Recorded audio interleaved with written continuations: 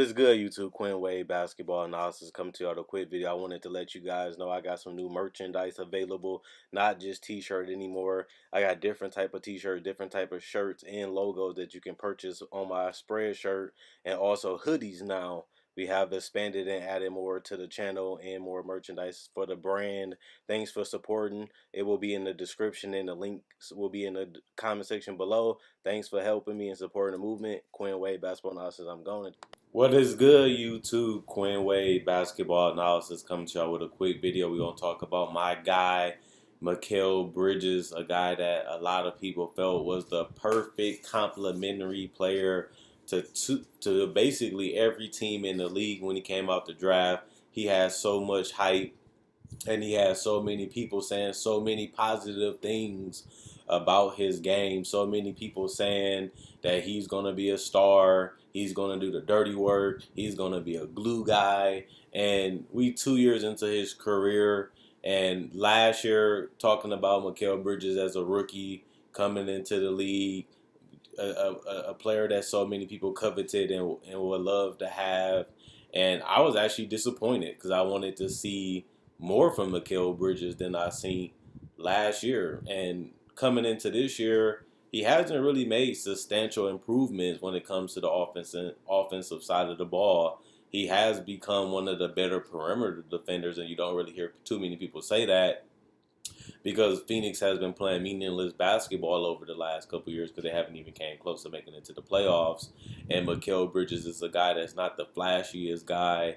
He's not the guy that be on the highlight reels and stuff like that. So you'll see him on the court. He might disappear because he doesn't score. It seems like he's not making that much of an impact. And guys, like I've been talking to people and hearing from people, guys forget how when you look at the advanced metrics and stuff like that, Mikal Bridges looks like an elite two-way defender, being able to play on the perimeter and also rotate and switch a little bit and stay in front of his guy and force them to take tough, long contested jump shots or cut them off from the basket so they have to pick up their dribble or pass the ball. Small stuff like that you won't see because people don't watch Phoenix games and people don't really care about the Suns because they have been so bad the last couple years. The only reason why I was disappointed in Mikal Bridges wasn't because of his defense, which he has done a stream and a outstanding job this year, was his offense. I thought that Mikal Bridges would be that guy that would make you pay for leaving him open. I thought he would be that guy that gets out and just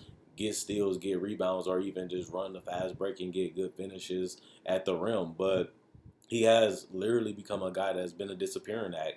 Now you see him, now you don't. Mikal Bridges will hit some shots every blue moon, and he'll literally just be absent from the game. And I understood that he was a guy that didn't want to, get in the way. He was a guy that was fine with doing the things that the coach asked him to do. He was fine with guarding the other guys, best players on the perimeter. He was a guy that doesn't complain whatever the team tells him or what they need from him. He's willing to go out there and do it. But when you look at this team, you see Devin Booker, a guy that's an all-star. You see DeAndre Ayton, that's a basically almost 20 and 10 already as a sophomore.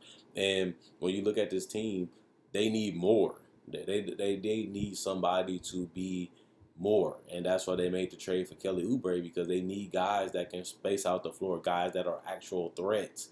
So Devin Booker and DeAndre Ayton can, work in their own lane and do their thing.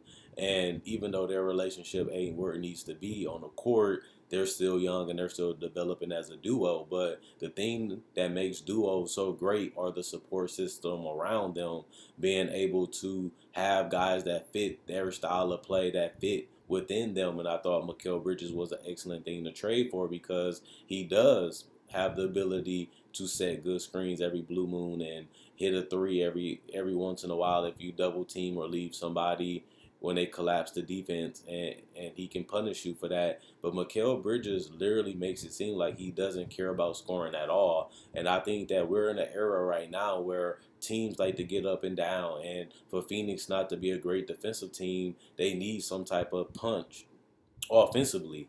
And that's what I wanted Mikal Bridges to be when he got drafted. I didn't want Mikal Bridges to be a 3-and-D guy. Yes, 3-and-D guys are coveted, but you're putting a label on yourself. You're putting a mentality in yourself. You should try to be the best player that you can be, not just for yourself, but for the team. And I felt like Mikal Bridges had the talent to become something more than just a guy that defends and shoot threes.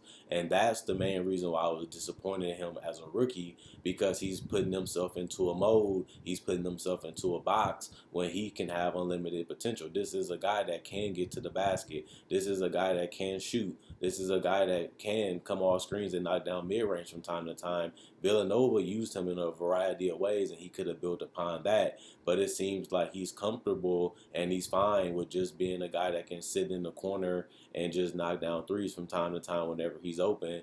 And I feel like he can do more, and he can be worth more to this team if he does open his game up and try and really be more confident in doing other things. Like, one thing about Kelly Oubre that makes him special, the guy is fearless. The guy has no conscience. If he takes a shot, he's willing to take another one next, possession. And those are the type of players that they need, because Devin Booker and Ricky Rubio and DeAndre Ayton, they can't do it alone. And Ricky Rubio is not a scorer either. So where are they going to get the other offense from just because Kelly Oubre is going to be out for an extended period of time because of his injury? They need somebody that's fearless. They need somebody that's going to give you 15, 16, 17 points along with Ayton, along with Booker. And they don't have that guy going into these seeding games because nobody else seems like they really want to make a significant impact on the offensive end of the court. And even though you look at Mikal Bridges' numbers, he only started 24 games this year, but he was just such a big difference maker on the defensive end. Plus, he did shoot 51% from the field. He only shot 35% from three, but he also shot 84% from the free throw line. He gave you 4 rebounds, and he gave you 1.4 steals. But when you look at the offensive numbers, you see the field goal percent, you see the three-point percent, you see the fact that he's only averaging 8 points a game. If he really wants to be something special in this league, he has to, be willing to do more in his role. And I like Aaron Baines. He was a good pickup for them. I like Javon Carter. I like Cameron Johnson. A lot of these young guys have a point to be on this roster, but a lot of these guys are skill set players. They need somebody that's going to raise their ceiling to another level if they're going to do something in the Western Conference. Just because it's a stacked conference with so much talent, and even the bad teams are making moves and trying to take gambles on guys too, just because they have to find a way to make their ceiling higher so they can compete for a playoff spot in the West. Where you look at teams like New Orleans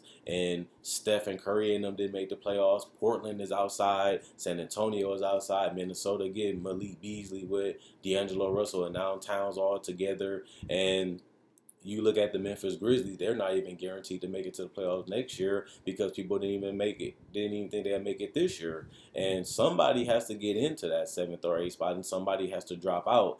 And if Phoenix wants to take that next level, they're going to have to find somebody or draft somebody that can really help Booker and Aiden out. You always need that other guy. People say you need that Rodman. You need that James Worthy. You need those type of players, that a Kevin Love or a Chris Bosh, that can have those huge games, that can play off your other stars and complement them and give them what they're missing on either side of the court. And that's true, because most of the championships we done seen had at least somewhat of a big three, or guys that was either a huge duo but always had that third piece that can do multiple things on the court. And I feel like if Mikal Bridges embraces that, it can really raise the ceiling of this Phoenix Suns team.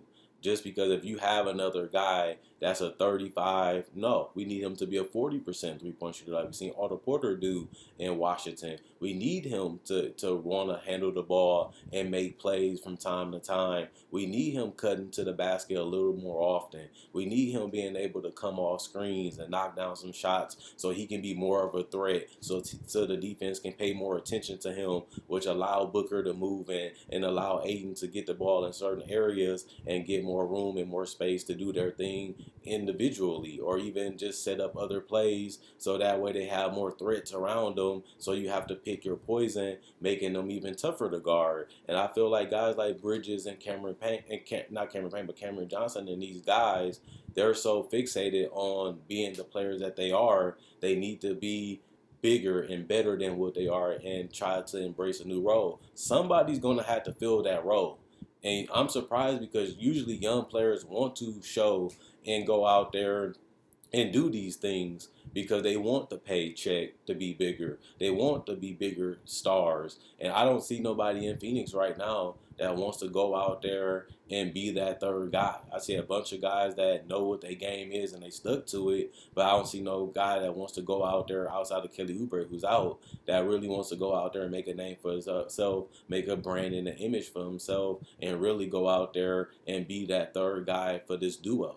And if they don't find that guy, they're going to be trading Devin Booker in the future and trying to find another Booker and another player that can go with Aiden until he's ready to leave, which is going to most likely be after his rookie extension, which it's good that you got a centerpiece, you got a foundation, but if you don't put the other pillars around it, the foundation will collapse and you have to start all over. And that's what it's looking like. Devin Booker is already in trade rumors, and that's not a good look for the Phoenix Suns because this is their best player. This is a guy that just become an all-star, and he's not even 25 years old, and he's already one of the best scorers in the league. And he's a guy that can space, handle the ball, and pass while also being able to knock down threes on and off the ball and off the dribble. That's tough to find, especially for his age, and you don't want to give that up and lose that just because you didn't put the talent around him necessary for him to win. So he had to go win with somebody else instead of you, and now you have to find that guy all over again. You don't want to be that organization. You don't want to be in that situation again just because they have struggled so long. You know, once Steve Nash left,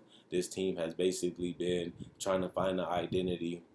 They've been trying to find their niche. They've been trying to find a style of play, and they haven't been able to do none of the above. And now it's getting to the point where I don't even know what they are doing when it comes to drafting. I don't know what they are doing as an organization, and they have to get it right before Devin Booker gets frustrated and he wants out. And then you're trying to trade him for assets, and then you have to develop them and see what they're going to become, or you have to draft them and try to, find the next Booker and then try to find a third star still. So hopefully somebody embraces the role on this team and really help them reach another level. And if it's not going to be Bridges or anybody else on this roster currently, maybe they have to draft that guy, which they haven't been able to do the last couple of years. Maybe they get lucky, get another top 3, top 5 pick, and maybe that guy becomes into a star or at least an all-star caliber player for them to go with Aiden and Booker and even possibly push this team to become at least a decent team, which they haven't even become that yet, which is unfortunate because they had Devin Booker for a couple years now, and they never really even came close to even making the playoffs, which is unfortunate. But let me know what you guys think. Do you think I'm a little too critical on Mikal Bridges? Should I just accept that he's going to be a 3 and D guy, or is I'm right? He should try to be the best player he can be. He should try to, be more aggressive, be more assertive, and try to be at least something more than just a one-dimensional player on the offensive end. You're a multifaceted defender, but you're not trying to do anything offensively to expand your game or even expand your role. And I think that that's something that Phoenix do need. And I think that Mikal Bridges can be that guy that can give it to him. I think that he will have the opportunity to do it. But the thing about it, do he want that opportunity? It's up to him.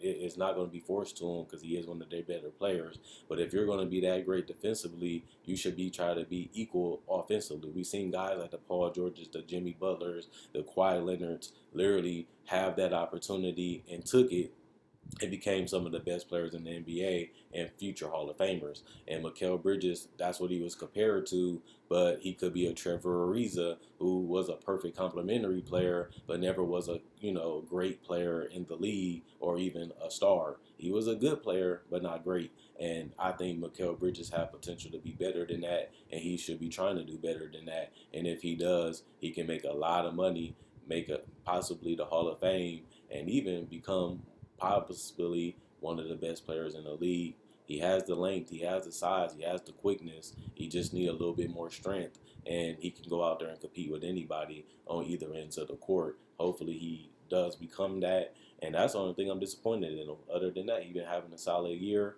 He's been having a decent role, but now I want him to aim for a little bit higher, do a little bit better, and somebody has to get in his ear. Somebody has to let him know that because the opportunity is here. They need it.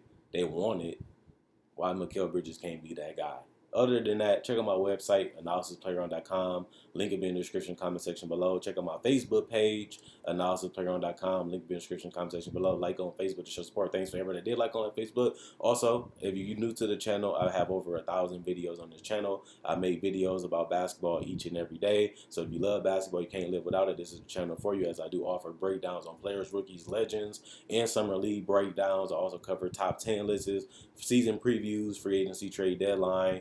But not only that, I also do playoff predictions, which will be coming up. Also, the small thing you guys can do to help this channel continue to grow is just to like and share. That allows me to reach more people that reach more people that can become fans, more people that become fans, more better for me. It's just a small thing, and if you already love the channel, you already enjoy the channel, I don't see why you wouldn't do that. But thanks for all the people that do. Other than that, Mikal Bridges, I see ya.